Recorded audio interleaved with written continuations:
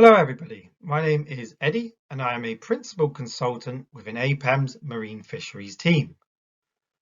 I'm here today to present a project currently being undertaken by APEM on recommendations to design an effective monitoring approach for marine fish and shellfish species in relation to offshore wind farms. The aims of the project are to identify specific knowledge gaps in the marine fish and shellfish evidence base, with knowledge gaps being defined as those that affect the ability to assess the potential impacts of offshore wind farms, and to develop an understanding of how best to monitor marine fish and shellfish species in relation to the impacts of offshore wind farms. This project follows on from the ScotMER Fish and Fisheries Evidence Map, which identified an existing knowledge gap around how to design effective monitoring programs for offshore wind farms. The outcomes of this project are intended to inform future monitoring programs, such as developer-led baseline and post-consent fish and shellfish monitoring programs. In order for recommendations on future monitoring programs to be made, it is firstly important to understand what is currently being done. Therefore, the first step of the project was to undertake a literature review of previous offshore wind farm survey approaches and existing guidelines. The literature review prioritised literature centred around Scotland, however also considered literature from the wider UK and North East Atlantic. On current and past survey approaches, the literature review identified that otter and beam trawls are the most commonly used fishing gears for the purposes of monitoring fish and shellfish around offshore wind farms. However, other gear types used in developer-led or research-led monitoring programs include sand eel dredges, baited remote underwater videos, and eDNA. Most projects used a before-after control impact approach, whereby sampling is undertaken within the zone of influence of the offshore wind farm and outside at a control site, both before and after construction. Some projects targeted specific species, such as herring or cod, while others targeted demersal and Benwick fish assemblages as a whole. It was also noted that the analytical methods used within the associated reports ranged from summary statistics, such as comparing totals or means, to statistical testing of hypotheses. The majority of the projects failed to attribute any change as a result of the offshore wind farm, and mostly concluded that any changes were within natural variation. On the guidelines front, there are very little guidelines relating to the monitoring of fish and shellfish around offshore wind farms. However, there are existing guidelines for the monitoring of estuarine and inshore fish, which may be of partial relevance. We also looked at existing strategic data sets and current survey programs which could be utilised as part of offshore wind farm monitoring programs. The majority of these of which constituted of ICES trawl and ichthya plankton surveys. Broadly speaking, these ICES surveys covered a large spatial extent with data for recent years and are therefore likely to be applicable to a wide range of geographical locations within Scottish waters. However, some limitations associated with these surveys included limited incorporation of seasonal variation, with some of the surveys being conducted annually but only within a specific month or limited month range. And in the instance of the ichthya plankton surveys, sometimes only providing data on a specific species. The purpose of this exercise was to inform how existing data can be better utilised as part of the guidance document. All stakeholders have been identified via a stakeholder engagement plan, and all stakeholder groups will be represented via the project steering group and stakeholder workshop. The stakeholder workshop will be taking place on the 5th and 6th of March, with each session being 2.5 hours long. The workshop aims to gather views on current knowledge and data gaps, identify sources of grey literature and unpublished literature, identify key species, explore and discuss conventional and novel monitoring techniques, and finally, develop a consensus on the recommendations for an effective monitoring approach for marine fish and shellfish species. We have limited places available for stakeholders in the fishing industry, developers, and policy and science to join the workshop. So if you are interested, please get in touch. The final output of the project will be a guidance document, which will aim to identify current marine fish and shellfish monitoring practices, key impacts associated with offshore wind farms, key species to be monitored, knowledge gaps and how they can be addressed, how existing datasets can be better utilised, and finally, recommend the appropriate sampling approaches and methods to design effective monitoring programmes for marine fish and shellfish species. It is anticipated that the stakeholder engagement and the literature and datasets review will provide the evidence base required to meet these objectives. Thank you for your time, and I look forward to answering any of your questions in the upcoming Q&A.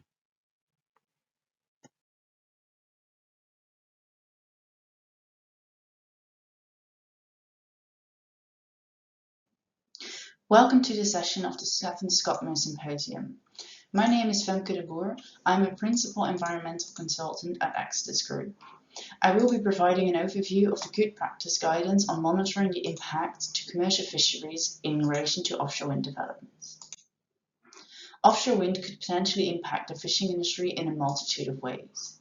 Examples include loss of access to fishing grounds, displacement, or cause further socioeconomic changes, such as changes in their earnings. Effective monitoring is essential to understand these impacts. The importance of monitoring is reflected in 2 ScotMER evidence maps, including the one from the Fish and Fisheries Receptor Group and the Socioeconomic Receptor Group. A good practice guidance document was commissioned by the Scottish Government to contribute towards addressing these evidence gaps.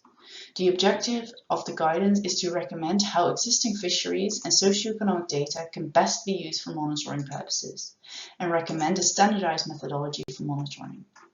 It should be noted that, even though the main focus of the guidance is offshore wind, it can also be applied in wider instances, such as for MPAs and other types of offshore developments. The project consisted of 3 work streams, which will each be discussed individually in the upcoming slides, starting with Workstream 1. Workstream 1 focused on consolidating information. This was done in 3 different approaches. First, by the development of a rapid literature review, whereby monitoring approaches in Scotland, Belgium, France, the Netherlands, Germany, and the USA were compared. Key lessons learned included that all relevant vessels should be represented within monitoring, socioeconomic data should be monitored in addition to commercial fisheries data, correct metadata should be collected, and data should be collected long-term, and output should be standardized and stored centrally. Furthermore, a dataset analysis report was developed, whereby datasets were assessed in terms of relevance to monitoring the commercial fishing industry in Scotland. Key lessons learned included that datasets useful for monitoring are the same as the dataset currently used to develop EIA chapters, and includes datasets such as landings data, VMS, AIS, and consultation. One dataset does not provide the whole picture, and monitoring will use a combination of various datasets.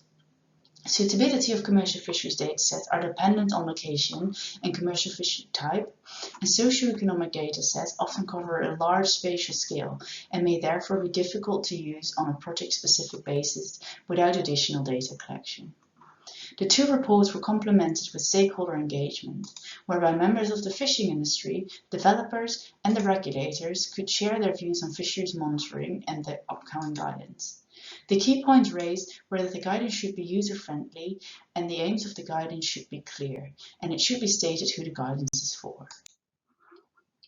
Workstream 2 built on Workstream 1 to draft the guidance.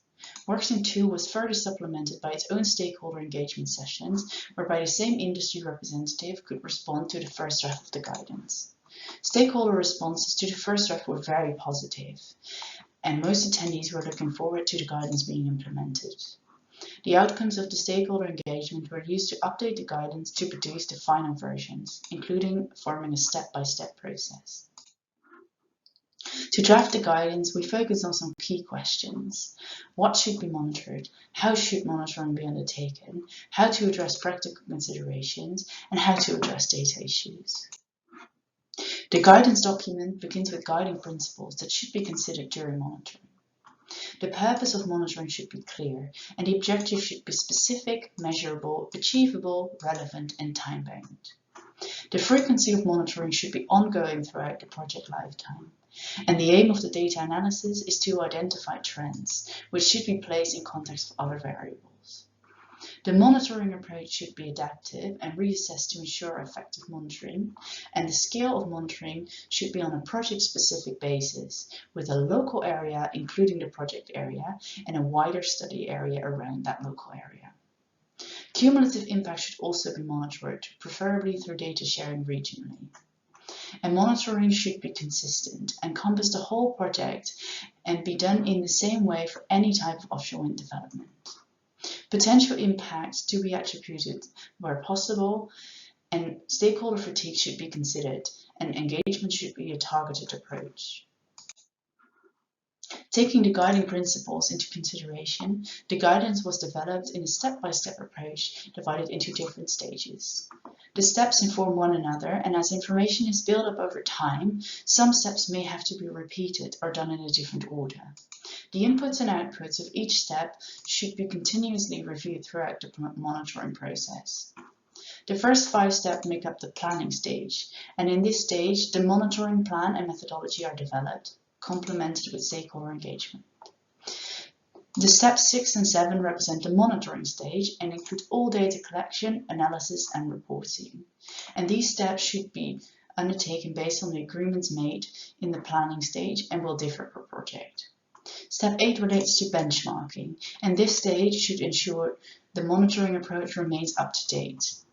The last step, step 9, relates to evaluation, and this should be undertaken at the same time as the benchmarking step. And the aim of this step is to provide an assessment of the potential impacts in the context of monitoring objectives and purpose. The final workstream focused on a case study, which was used to troubleshoot the guidance. The case study followed a hypothetical offshore wind farm located in Scottish waters. It followed the step-by-step approach as outlined in the guidance, and the case study successfully used the guidance to develop and carry out a monitoring plan. So to conclude, this work has commissioned the work towards closing 2 of the ScotMER evidence gaps. Effective monitoring is essential to understand the potential impacts that offshore wind farms and other marine sectors may have on the commercial fishing industry. This guidance is a significant step forward in the standardization of monitoring of the commercial fishing activity by offshore wind farms and other sectors. So thank you very much for your attention. Questions can be asked during the Q&A at the end of this session, or you can email me using the address on this slide.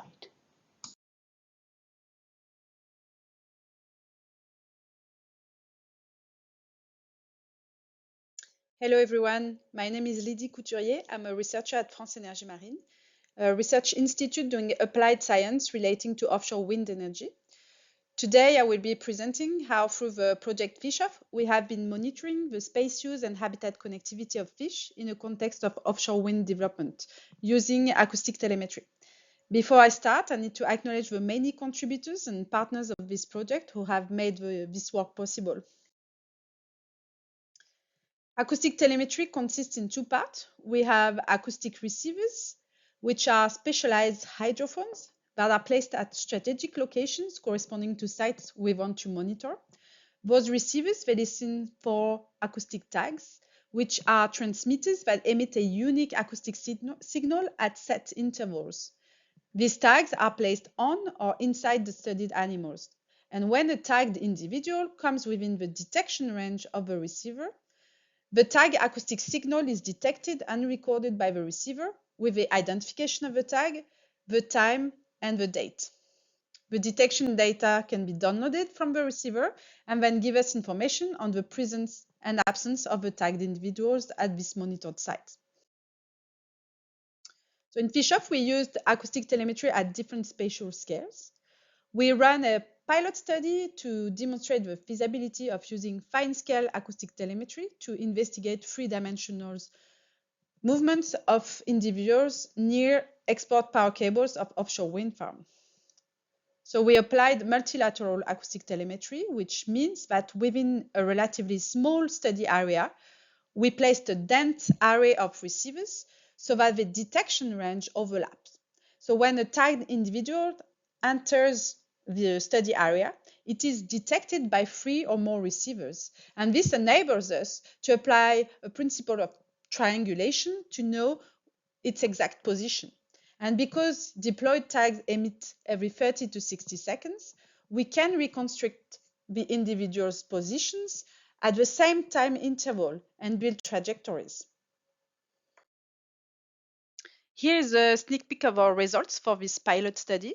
We are at the Saint-Brieuc offshore wind farm, and our study area overlaps the export cables of this wind farm. They are represented here by the red lines. And then we have the receivers here represented by the blue dots. And the animation shows the position calculation of an individual underlaid trace through time.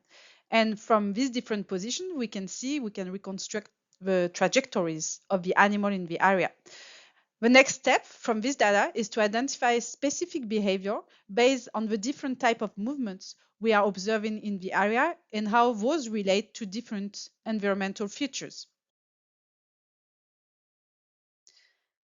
So we are also applying acoustic telemetry at a local scale, where we are looking at the occupancy patterns and movements of fish within offshore wind farm. For this, we have equipped 4 fixed bottom offshore wind farms, 2 in the channel and 2 on the Atlantic coastline. Within these wind farms, we are mostly monitoring elasmobranch species that have different mobility strategies, from sedentary to migratory. We also monitor offshore buoys, mainly in the Mediterranean Sea. These buoys, they are located into future floating offshore wind farms. So we use them as proxy for the future floating turbines in the area to evaluate the attractive effect it may have on pelagic species.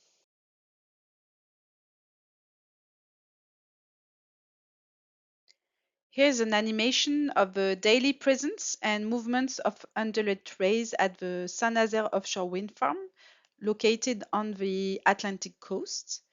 The gray dots here represent the location of the wind turbines and the blue dots of our receivers being deployed. The red triangles, they show where rays have been detected each day, and the size of the triangles is proportional to the number of animals detected at that location on that day. We have also lines and arrows that indicate movements and directions. So these data, they show us that the rays did not leave the offshore wind farm area after being captured and tagged. And they appear to use the whole wind farm, as they are being detected on all our receivers spread within the offshore wind farm area.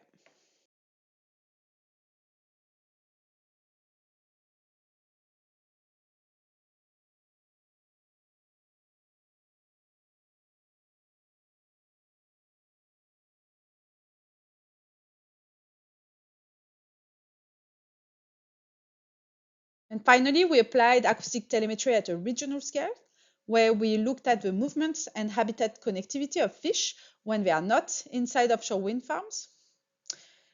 And this is only possible through the integration of our tracking efforts into regional acoustic telemetry networks, such as the FishIntel network in the channel, the ConnectMed and the ResMed network in the Mediterranean Sea.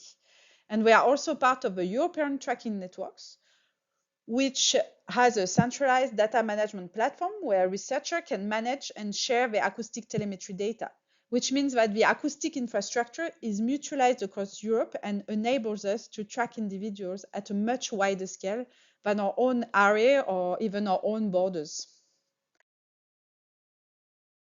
Here is another sneak peek of the results we've got. We have been tagging porbigal sharks in northern Brittany, where the yellow squares are located there. Animals were detected on receivers in the area deployed by ScotMER through the Fish Intel network. Some have been detected at the offshore wind farm we have been monitoring through this project, and others were detected on the UK coastline and made return movement to the tagged area. So this is an example to show you the power of being part of a regional infrastructure to understand what's going on when the animals are actually not inside the wind farm and where they may be going.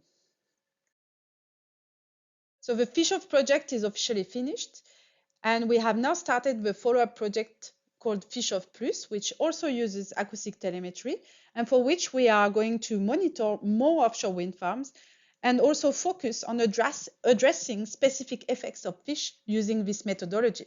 I don't have time to talk about it today, but I'm happy to take questions. And this is it for me. I would like to thank you and thank everybody on this slide, and I'm very happy to take any questions.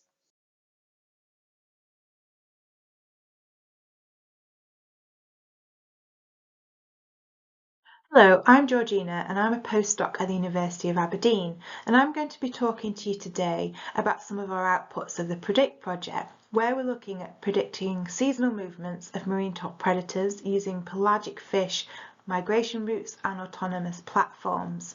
It's a 3-year project and it's just come to an end, and it's been a partnership between the University of Aberdeen, the Environmental Research Institute at the University of the Highlands and Islands and Ørsted, who have funded the project.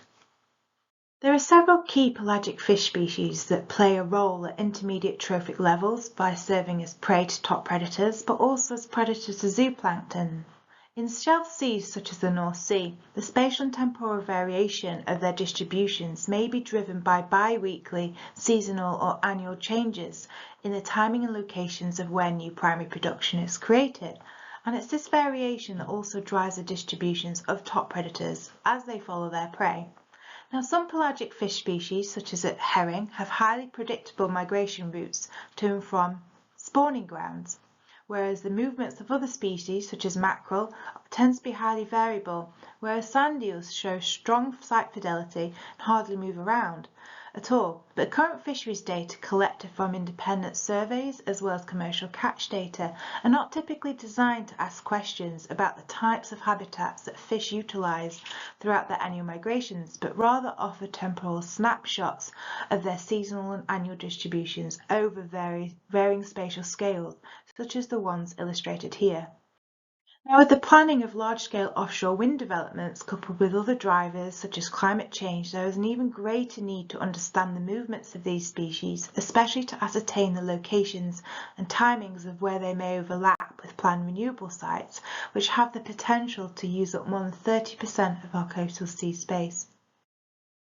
The timing and amount of primary production is strongly related to how stratified and mixed the water column can be, which is in turn driven by a combination of depth, tidal speeds and weather effects, and it's this combination that can create mesoscale frontal zones of temporally persistent and predictable primary production, which can possibly create important foraging habitats or hotspots for pelagic fish and their predators.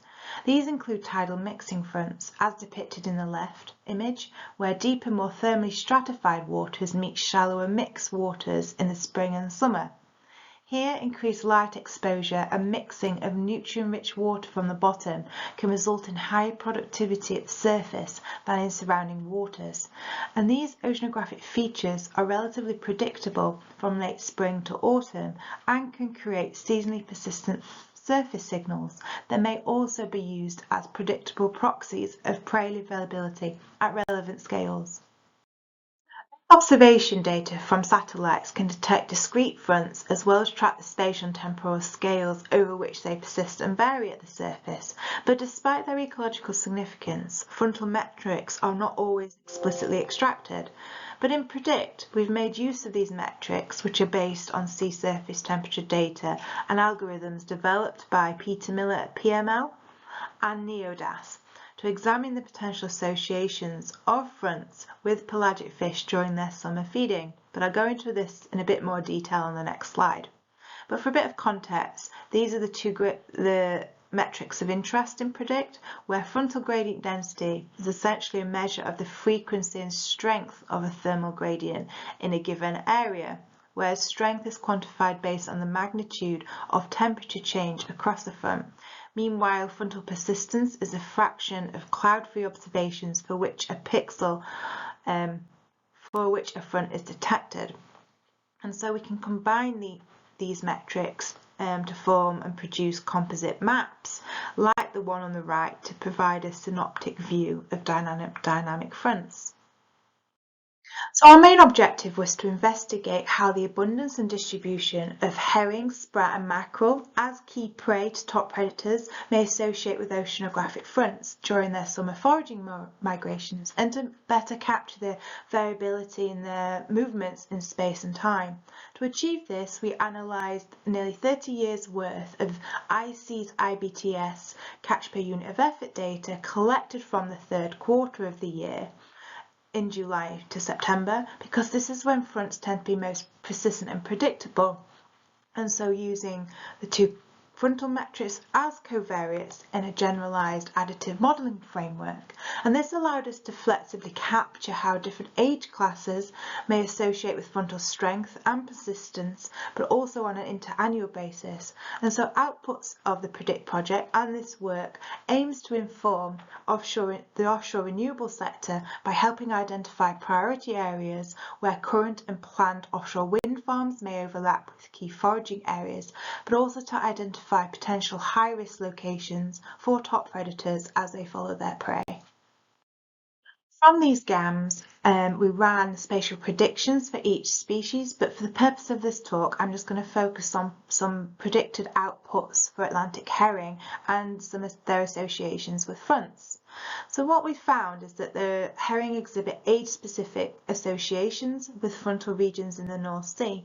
So when we're looking at very young herring, or age 0, these relationships are highly variable, but you can see that they appear to tend to associate with fronts more in the shallower southern North Sea, whereas age 1 it tends to be more concentrated, and they appear to utilise frontal areas in the eastern North Sea and to a lesser extent along that tidal mixing front in the central North Sea, whereas older herring appear to exhibit stronger associations with fronts in the northwestern North Sea as they begin to migrate over to spawning areas where they will spawn later in the year. These maps show just the average over the 30-year period for the same time of year, but when we look at patterns interannually, we can see that the same age classes exhibit consistent spatial patterns with fronts. So when we look at these spatial predictions by age class for herring, we can see that they may be utilising these foraging areas or fronts differently, but this can possibly match up to different regions of stratification and mixing in the North Sea.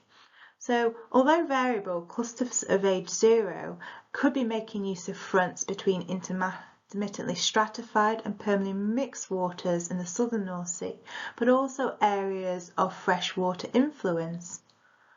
Whereas age 1 could be more associated with fronts in seasonally stratified waters and that tidal mixing front in the central North Sea.